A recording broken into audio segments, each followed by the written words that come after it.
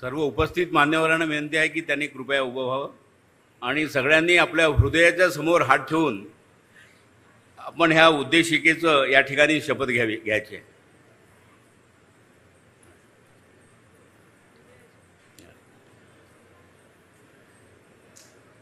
आम्ही भारताचे लोक भारताचे एक सार्वभौम समाजवादी धर्मनिरपेक्ष लोकशाही गणराज्य घडवण्याचा व त्याच्यासह सर्व नागरिकास सामाजिक आर्थिक व राजनैतिक न्याय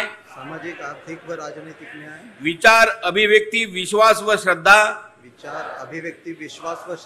व उपासना यांचे स्वातंत्र्य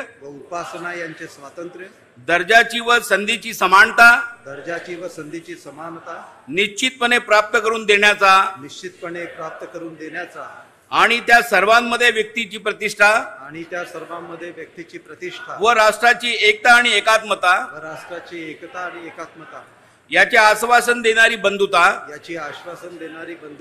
प्रज्वलित करण्याचा संकल्पपूर्वक निर्धार करून आमच्या संविधान सभेत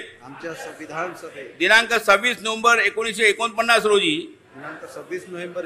याद्वारे संविधान अंगीकृत आणि अधिनियमित करून